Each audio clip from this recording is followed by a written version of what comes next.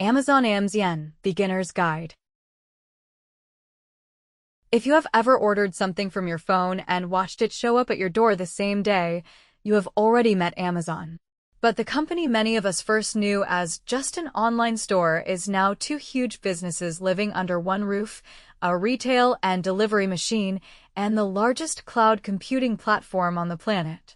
This is a beginner's guide to what Amazon actually does, educational only, not investment advice.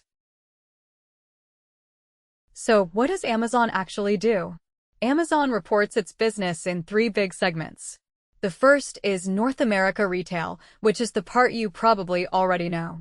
It is the US and Canada online store, Prime, Whole Foods, and grocery delivery, and it brought in about $104 billion in just the most recent quarter, a little over half of total company revenue. The second is International Retail, which is the same store and delivery idea, but in places like Europe, Japan, Brazil, and India, and that piece did about $40 billion in the quarter.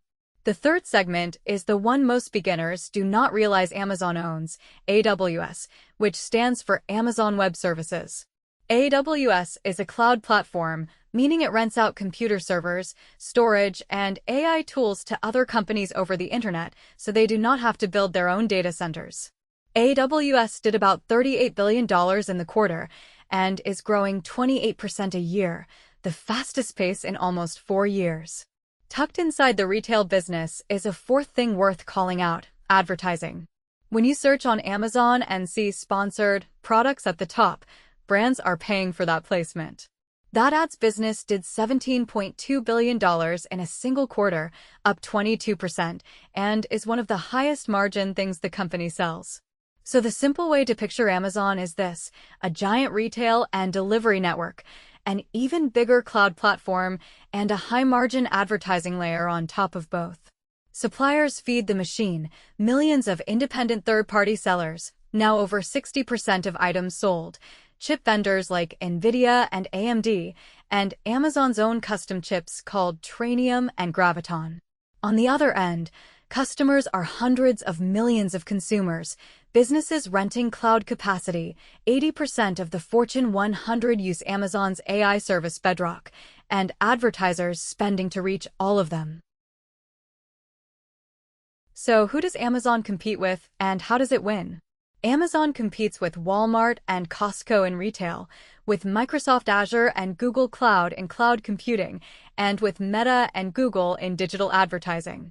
What makes the business a wide moat, which just means a very durable competitive advantage that is hard for rivals to copy, comes down to three things. The first is the fulfillment network. Amazon has the biggest and fastest delivery system in the world, more than 1 billion items delivered same day or overnight just this year, and same-day perishable grocery grew 40 times over a year. A faster, denser network is also a cheaper network, and that cost gap widens with scale. The second is AWS. AWS is the #1 cloud platform with $150 billion in annual revenue and a $364 billion backlog of contracted future work. It also has custom chips, Trainium for AI training and Graviton for general computing, that customers say give them roughly 30% better performance per dollar than standard GPUs, graphics processing units, the chips most companies use to run AI workloads. Once a company builds on AWS using its full set of tools, switching to a competitor is painful and expensive. That is what people mean by switching costs. The third is the Prime and advertising flywheel.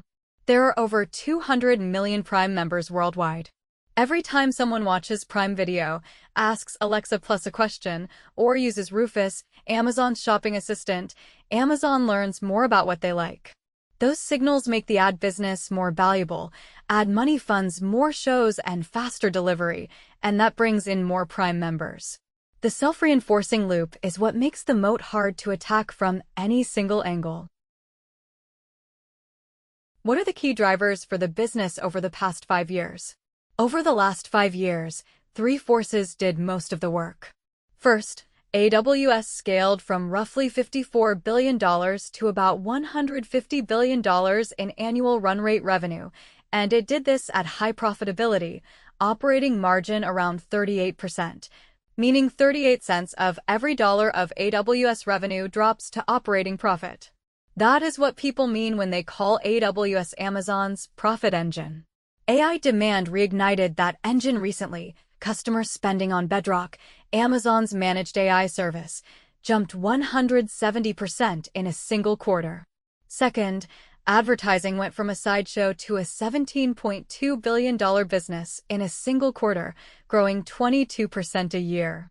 Ads inside Prime Video, inside the Rufus shopping assistant, and through partnerships that put Amazon's ads on Netflix and Comcast properties opened up huge new pools of ad inventory.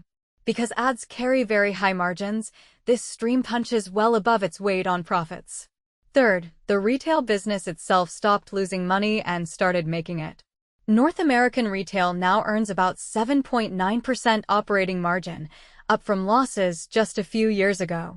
The fix came from regionalizing the warehouse network so packages travel shorter distances, adding robotics to U.S. large format warehouses, and squeezing more deliveries through the same fleet. The proof is in the numbers. Units sold grew 15% last quarter, while shipping costs only grew 12% and fulfillment expenses only grew 9%. Faster delivery, lower cost per package, both at the same time. To wrap up, so when you boil it down, Amazon is three big things stitched together: the world's largest online store and delivery network, the world's largest cloud and AI infrastructure platform, and a very profitable advertising business that rides on top of both. As a learner, the things to watch are simple ones. Keep an eye on whether AWS keeps growing at this pace, whether the giant wave of AI spending eventually turns into profit, and whether Amazon Leo, the new satellite internet service launching commercially later this year, becomes a real fourth pillar. Remember, this is educational only and not investment advice. Understanding the business first is always the right place to start.